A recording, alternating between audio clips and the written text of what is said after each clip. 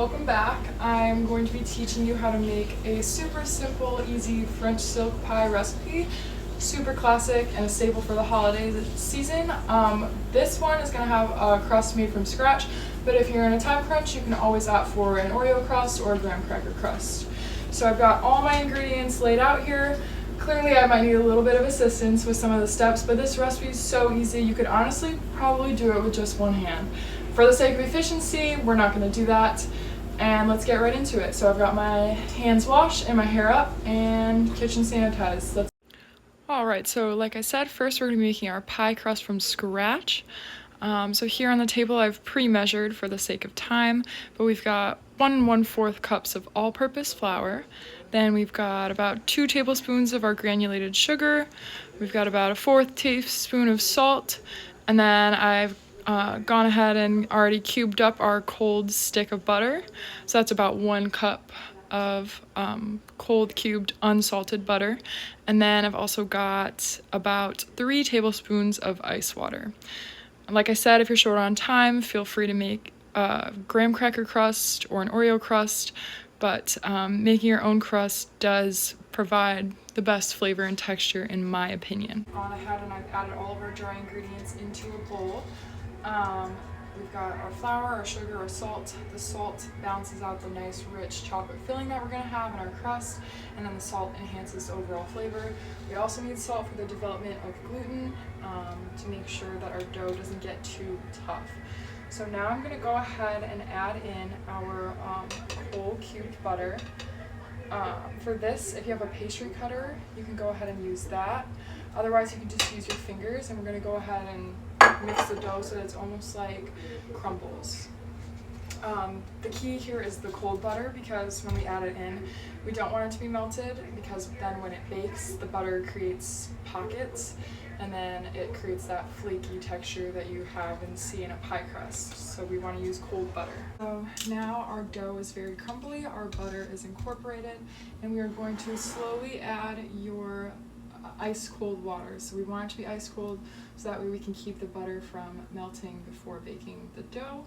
So we're going to slowly add it in, and then we're going to start to mix it together to form our dough. So I'm just going to give it a good mix, and then we'll slowly add a bit more.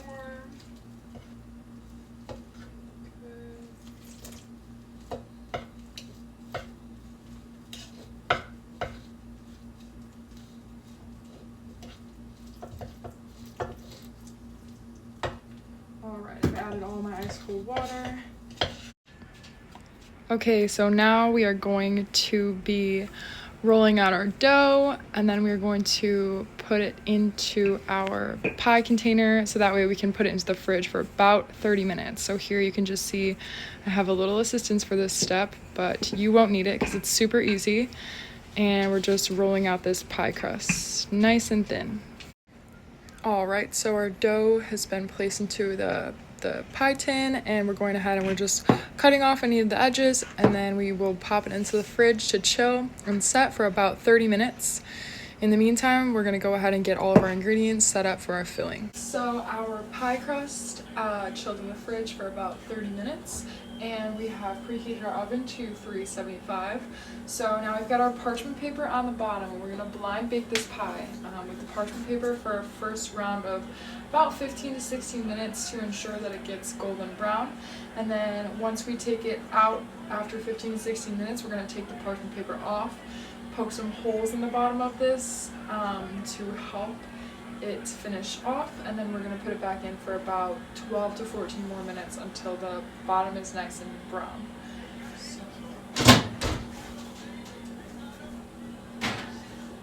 Gone ahead and pre-measured and laid out all of our ingredients for our filling.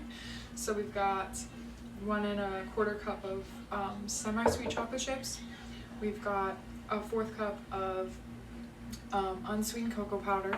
We've got 1 cup of granulated sugar, 1 tablespoon of vanilla extract.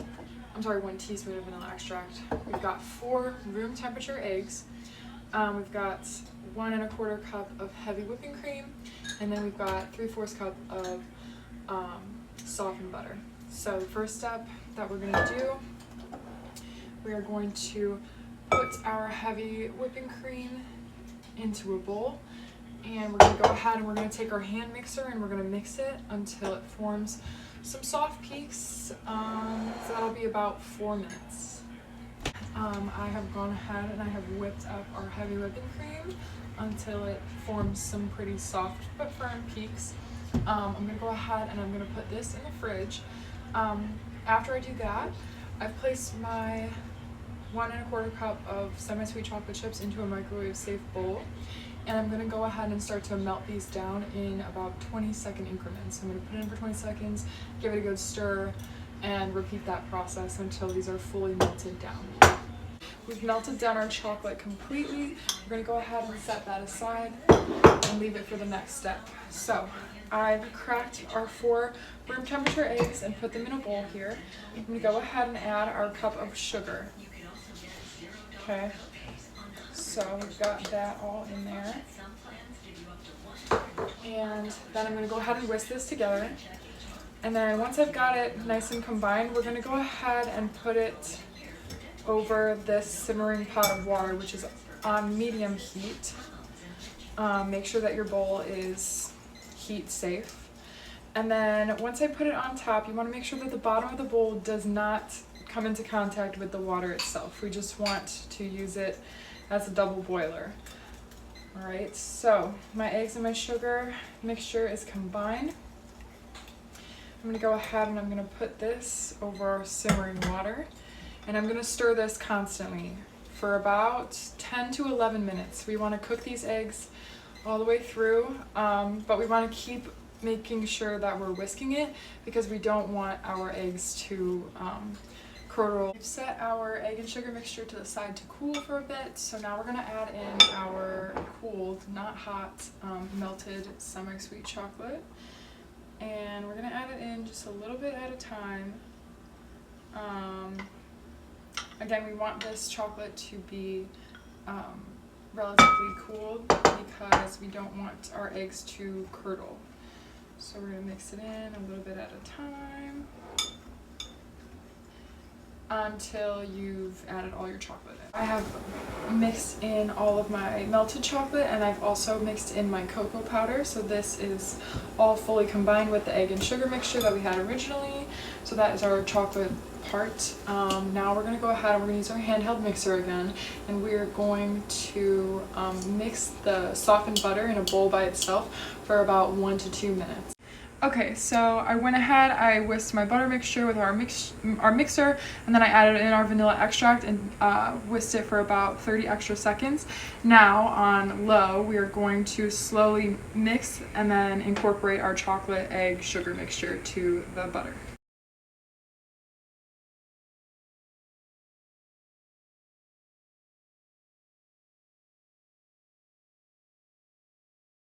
Alright, so using our hand mixer, I mixed the chocolate filling for about 3 minutes so that it's nice and smooth. And then the last step before we add our filling to our crust is we're just going to take our chilled whipping cream that we whipped up, and we are going to fold it into this chocolate mixture. Okay, we don't want to mix it, we want to fold it in gently. Final product, we had folded in that whipped cream mixture, poured our whole entire filling into our crust, into our pan. I put it in the fridge to let it set a little bit for about 2 hours. You can leave it for 4 hours for maximum setting, or even overnight is totally fine. But I just did 2 hours, which was perfect enough. I was cutting with my left hand, so it tipped over a little bit, but we are going to have a bite and taste it, so we'll see how it turned out. And I would say probably pretty good. I tried the filling when I was cleaning up the dishes, so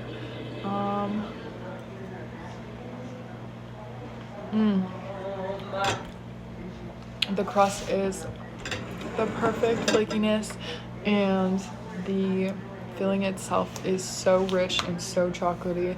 You can't go wrong with this pie this holiday season. So I recommend making this super easy version of French silk pie. Thanks for watching.